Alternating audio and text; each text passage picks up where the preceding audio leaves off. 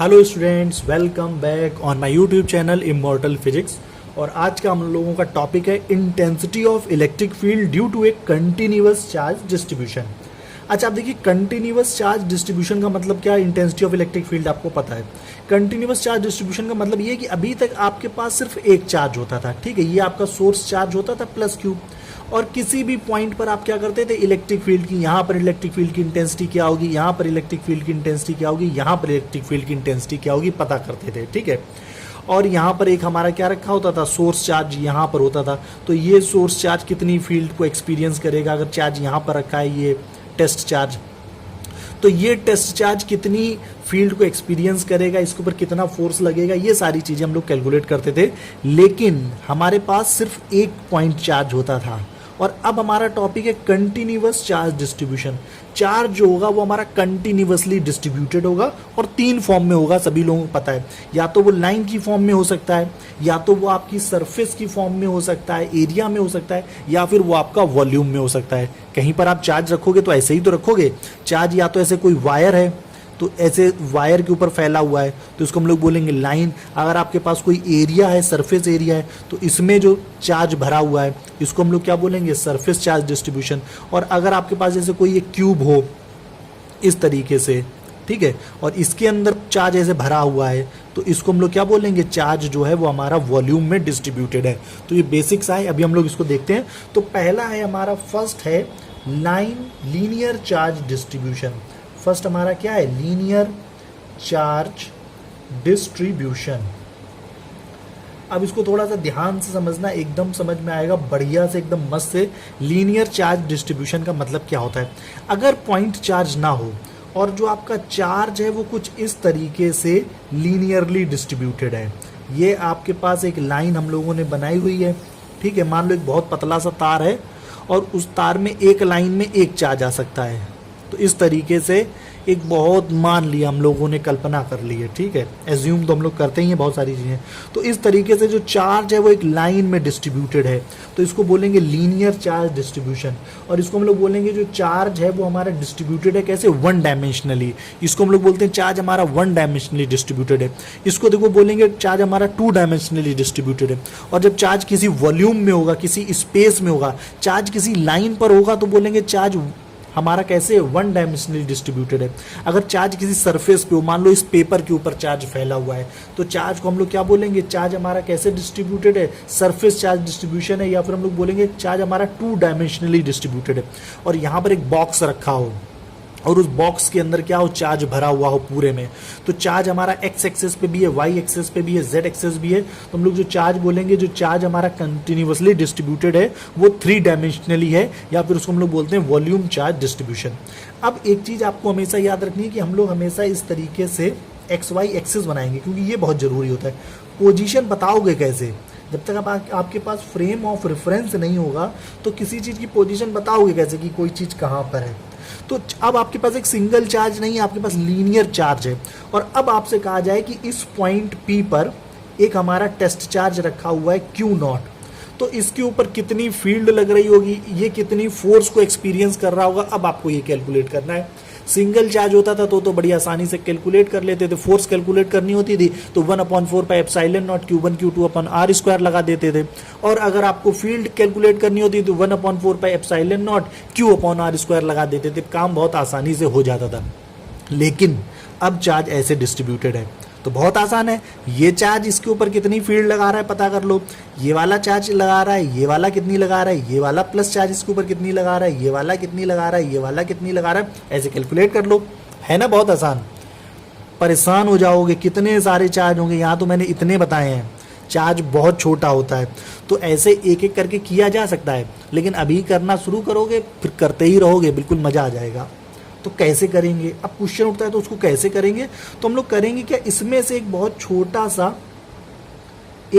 छोटा सा small length, मतलब स्मॉल इतनी की ना के बराबर, इनफाइनाइटली स्मॉल, ठीक है, इतनी छोटी कि बिल्कुल ना के बराबर, इतना छोटा सा टुकड़ा लेंगे।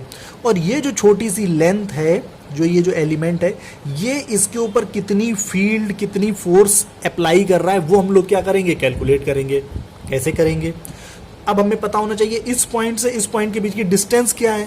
तो उसके लिए हम लोग क्या करते हैं, इस ओरिजिन से यहाँ पर एक पोजीशन वेक्टर ड्रॉ करते हैं, और ये हम लोगों ने वो पोजीशन वेक्टर ड्रॉ किया R1, जो इस छोटी सी लेंथ का, जो हमारी ये जो लेंथ है इसकी क्या करेगा, स्मॉल एलिमेंट ऑफ लेंथ है, और इस छोटी सी लेंथ को हम लोग बोलेंगे DL। ये लेंथ कितनी है, बहुत छोटी, बहुत छोटी का मतलब बहुत ही ज़्यादा छोटी, इनफाइनाइटेसिमली स्मॉल मीन्स बहुत छोटी, DL।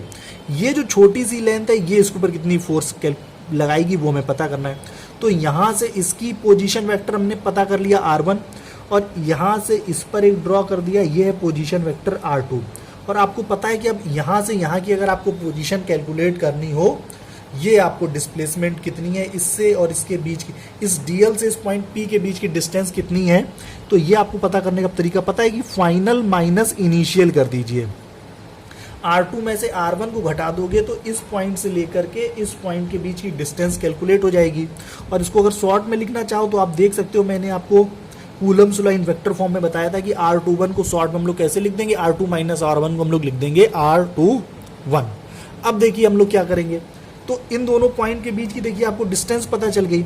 अब ये जो छोटी सी जो लेंथ है, ये इसके ऊपर कितनी फोर्स, कितनी फील्ड अप्लाई कर रही है, ये हमको पता करना है। तो एक कॉन्सेप्ट थोड़ा सा और समझ लो, अगर आपके पास ये एक 10 सेंटीमीटर लंबा तार है, 1 2 3 4 5 6 7 8 9 10, इस ये जो तार है इसकी जो ये लेंथ है ये आपकी कितनी है, 10 सेंटीमीटर है, और इस पे चार्ज इस तरीके से लीनियरली डिस्ट्रीब्यूटेड है, और ये चार्ज के मान लीजिए नंबर कितने हैं, 20 है, 1 2 3 4 5 6 7 8 9 10 11 12 13 14 15 16 17 18 19 20, इस तरीके से चार्ज डिस्ट्रीब्यूटेड है। तो अगर आपसे कहा जाए कि ये जो चार्ज इसमें लेंथ में डिस्ट्रीब्यूटेड है कितने सेंटीमीटर में, 10 सेंटीमीटर में, 20 चार्ज आपके 10 सेंटीमीटर में डिस्ट्रीब्यूटेड है, तो 1 सेंटीमीटर में कितना चार्ज होगा, तो ये जो चार्ज होगा वो कितना होगा, 2 चार्ज होंगे कि नहीं होंगे। इसी को हम लोग यहाँ पर बोलेंगे चार्ज डेंसिटी। तो आपको याद रखना है कि चार्ज डेंसिटी क्या होगी, तो जो चार्ज डेंसिटी होगी वो होगी charge divided by per unit length. Charge per unit length जो होता है वही आपकी क्या कहलाएगी, चार्ज डेंसिटी। यूनिट लेंथ में कितना चार्ज है वो क्या कहलाएगी, चार्ज डेंसिटी। अगर आपको पता है कि 1 सेंटीमीटर में 2 चार्ज हैं, तो आपसे पूछा जाए कि 5 सेंटीमीटर में कितने चार्ज होंगे, तो आप बता दोगे।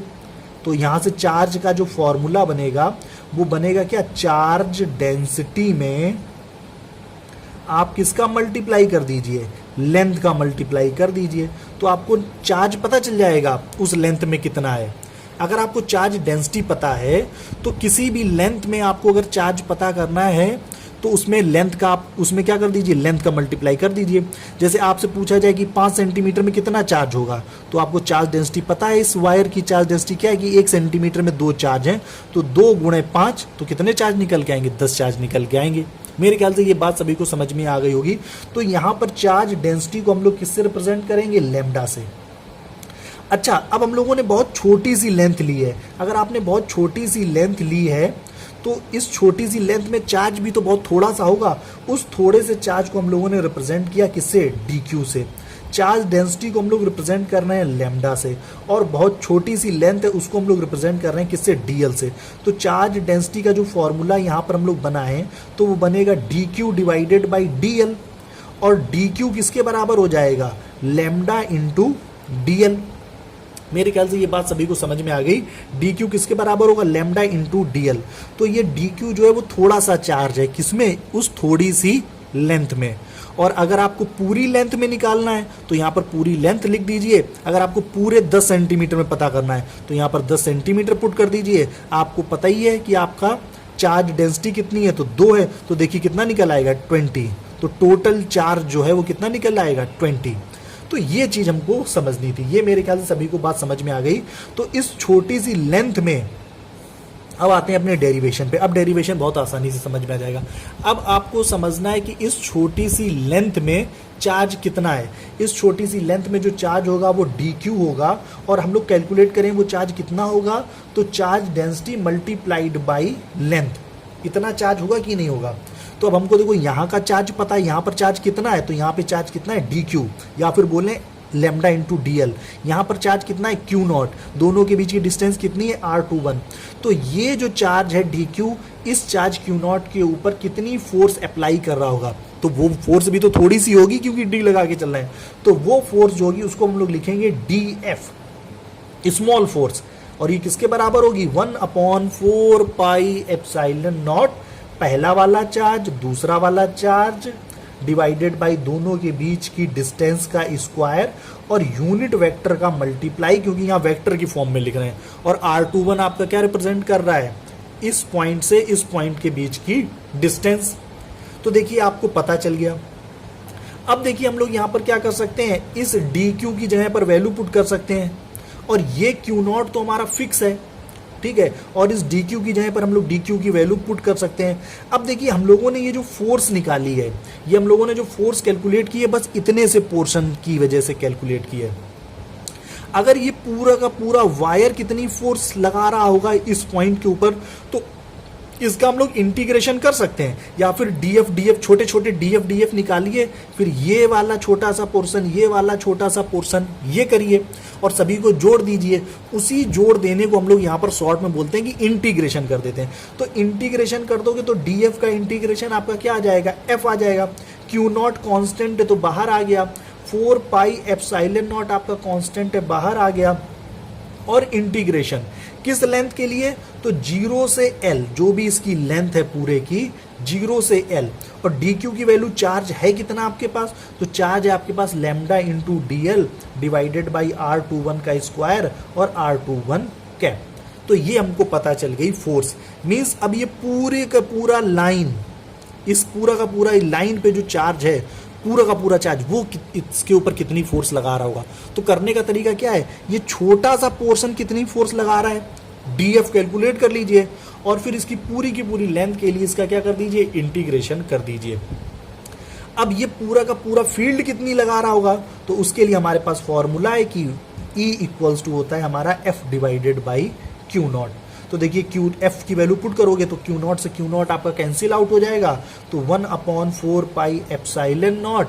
और इसको लिखने का तरीका ये भी होता है कि हम लोग इस तरीके से भी लिख सकते हैं, और 0 to L को इस तरीके से कि लेंथ L के लिए, जो भी इसकी लेंथ हो उसके लिए हम लोग इसको इस तरीके से लिख सकते हैं। और lambda D L divided by R21 का स्क्वायर और R21 कैप। तो अगर आपके पास चार्ज लीनियरली डिस्ट्रीब्यूटेड है, तो फिर अगर हमको फोर्स कैलकुलेट करना है तो ये फॉर्मूला लगाएंगे, और intensity of electric field calculate करनी है तो ये वाला फॉर्मूला अप्लाई करेंगे। अब ये तो हो गया चार्ज हमारा लीनियरली डिस्ट्रीब्यूटेड था। अब देखते हैं नेक्स्ट पॉइंट, अगर हमारा जो चार्ज है वो कैसे डिस्ट्रीब्यूटेड हो, सरफेस चार्ज डिस्ट्रीब्यूशन हो। मेरे ख्याल से पहला वाला सभी को समझ में आ गया होगा। अगर चार्ज हमारा कैसे है, सरफेस चार्ज डिस्ट्रीब्यूशन है। अब देखिए सरफेस चार्ज डिस्ट्रीब्यूशन में फिर वही पूरी की पूरी कहानी होगी। अब हम लोग यहाँ पर क्या ड्रॉ कर देंगे, एक सरफेस ड्रॉ कर देंगे। तो सबसे पहले हम लोगों ने इस तरीके से ये वही अपना कोऑर्डिनेट सिस्टम बनाया। यहाँ पर हम लोगों ने ले ली एक कोई ये सरफेस, इसमें देखिए एक्स एक्सिस भी वाई एक्सिस, और इसमें चार्ज पूरे में फैला हुआ है। और इसमें से अब आप एक छोटा सा टुकड़ा ले लो, प्रोसेस वही है, आप एक छोटा सा टुकड़े के लिए कैलकुलेट करो और फिर पूरी सरफेस के लिए उसका क्या कर देंगे, इंटीग्रेशन कर देंगे, आपका कैलकुलेट हो जाएगा। तो इतना सा पोर्शन, जो इतनी सी सरफेस है, पूरी सरफेस है एस, और ये जो छोटा सा पोर्शन आपने सरफेस का लिया है इसको हम लोग रिप्रेजेंट करेंगे D S. S means area है यहाँ पर, ठीक है। तो ये छोटी सी सरफेस एरिया लिया है तो इसको हम लोग छोटे से सरफेस एरिया को क्या बोलेंगे, डी एस, ठीक है। और इस पॉइंट पर आपको क्या करना है, चार्ज रखा हुआ है क्यू नॉट पी, यहाँ पर आपको क्या करना है, फील्ड कैलकुलेट करना है। तो ये पोजीशन आपको पता है कितनी होती है, R2, इसकी पोजीशन ये कितनी हो जाएगी, R1, और इस छोटे से सरफेस एरिया से इस पॉइंट P की जो पोजीशन हो जाएगी वो R21 हो जाएगी। R21 का मतलब R2 माइनस R1। अब फिर से हमारा चार्ज डेंसिटी का फॉर्मूला क्या बनेगा, तो हमें मेन समझना है चार्ज डेंसिटी का formula.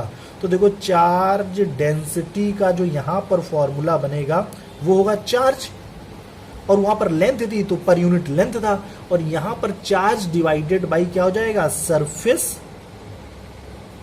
Area. Charge per unit surface area उस छोटे से इस 1 सेंटीमीटर लंबे और 1 सेंटीमीटर चौड़े में जितना चार्ज होगा वो क्या कहलाएगी, चार्ज डेंसिटी कहलाएगी। अब अगर ये सरफेस इतनी बड़ी हो जाती है 5 सेंटीमीटर लंबी 5 सेंटीमीटर चौड़ी, तो आप क्या कर दीजिए, मल्टीप्लाई करके, जैसे पीछे कैलकुलेट करते थे वैसे ही यहाँ पर भी हम लोग कैलकुलेट कर लेंगे।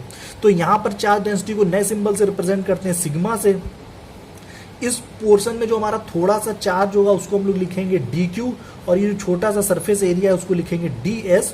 तो जो चार्ज हम लोग कैलकुलेट करें तो वो हो जाएगा dq equals to sigma into ds। मेरे ख्याल से ये बात सभी को समझ में आ गई। अब ये जो छोटा सा सरफेस एरिया है, ये इस पॉइंट P पर कितनी फील्ड लगा रहा होगा, इस पॉइंट पर कितनी फोर्स लगा रहा होगा। तो छोटा सा सरफेस एरिया है तो छोटी सी फोर्स लगा रहा होगा, तो वो फोर्स होगी आपकी dF equals to 1/4 pi epsilon naught. Same पीछे जैसा Q1 Q2, तो Q1 की जगह पर आ गया ये, और Q2 की जगह पर आ जाएगा, अगर हम लोग पुट कर दें डायरेक्ट, सिग्मा इंटू ds, और डिस्टेंस हो जाएगी r21 का स्क्वायर और r21 कैप। अब अभी तो इतने की वजह से निकाला है, अब पूरे के लिए निकालोगे तो इंटीग्रेशन कर दोगे, तो इंटीग्रेशन कर दोगे तो हमारा ये क्या हो जाएगा, एफ df का बन जाएगा F Q not divided by 4 pi epsilon not यहाँ पर आ जाएगा, और इसका ये सरफेस इंटीग्रल कर देंगे तो sigma ds as it is, Q तो कांस्टेंट था, r21 का स्क्वायर और r21 कैप। फील्ड कैलकुलेट करोगे तो फील्ड का फॉर्मूला हमारा क्या होता है, f divided by Q not, तो क्यू नॉट से क्यू नॉट कैंसिल आउट हो जाएगा, 1/4 pi epsilon naught integral s sigma ds divided by r21 का स्क्वायर r21 कैप। मेरे ख्याल से ये बात सभी को समझ में आ गई होगी। आप कैलकुलेट कर लो कि पर यूनिट सरफेस एरिया में कितना चार्ज होगा, पर यूनिट सरफेस एरिया में, उसी को हम लोग क्या बोलेंगे, चार्ज डेंसिटी बोलेंगे। और फिर जितनी बड़ी सरफेस का कैलकुलेट करना है तो आप उसमें कर दीजिए मल्टीप्लाई। तो आपको अगर चार्ज पता लगाना है तो जितनी बड़ी सरफेस हो वो एरिया ले लीजिए, और पर यूनिट में कितना चार्ज है आपको वो तो पता ही है। जैसे सेम जो लाइन के लिए था वही हम लोगों ने किसके लिए कर दिया, सरफेस के लिए, और सेम वही हम लोग किसके लिए कर देंगे, थर्ड नंबर पे आएगा आपका वॉल्यूम चार्ज डिस्ट्रीब्यूशन। पहला वाला समझ लीजिए बस। इसमें अब आपके पास क्या होगा, फिर से वही हमारा जो डायग्राम बनता है, ये हमने बनाया अपना डायग्राम। इसमें इस तरीके से आपके पास एक स्पेस में कोई चीज़ है, ये है, इसके पास लेंथ भी है, इसके पास विड्थ भी है, इसके पास हाइट भी है, और ये हम लोगों ने एक छोटा सा बनाया है क्यूब की शेप का। अब चार्ज हर तरफ है, तो इसके अंदर जो चार्ज भरा हुआ है, इस पूरे में चार्ज नहीं, इसका वॉल्यूम होगा v, वॉल्यूम चार्ज डेंसिटी है। और इस जो छोटी सी शेप बनाई है, इसका थोड़ी सी छोटी नहीं बनी है, बड़ी बनाई है ताकि आप लोगों को दिखाई दे, नहीं तो फिर दिखाई क्या देगा। Q नॉट, इस पॉइंट P पर आपको पता लगाना है फील्ड और फोर्स कितना है, तो इसके अंदर जो चार्ज भरा है वो कितनी यहाँ पर फील्ड लगा रहा है, कितनी फोर्स लगा रहा है, ये पता करना है। तो ये डिस्टेंस r2 होती है, ये पोजीशन वेक्टर r1 होता है, तो ये हमारा कितना हो जाएगा, r21 हो जाएगा। तो यहाँ पर भी फॉर्मूला चार्ज डेंसिटी का क्या बनेगा, चार्ज डेंसिटी का जो फॉर्मूला बनेगा वो आपका फॉर्मूला होगा charge divided by per unit volume, या फिर charge divided by volume. Per unit में, पर यूनिट वॉल्यूम में कितना चार्ज है, पर यूनिट वॉल्यूम में कितना चार्ज है, वो आपका क्या कहलाएगा, चार्ज डेंसिटी। और फिर जितने बड़े वॉल्यूम में आपको कैलकुलेट करना है, उस चार्ज डेंसिटी का क्या कर दीजिए, उस वॉल्यूम में मल्टीप्लाई कर दीजिए, तो उस वॉल्यूम में कितना चार्ज होगा वो आपका कैलकुलेट हो जाएगा। तो यहाँ से चार्ज dq इक्वल्स टू क्या बनेगा, रो dv। तो अब कुछ नहीं, ये आपको पता है।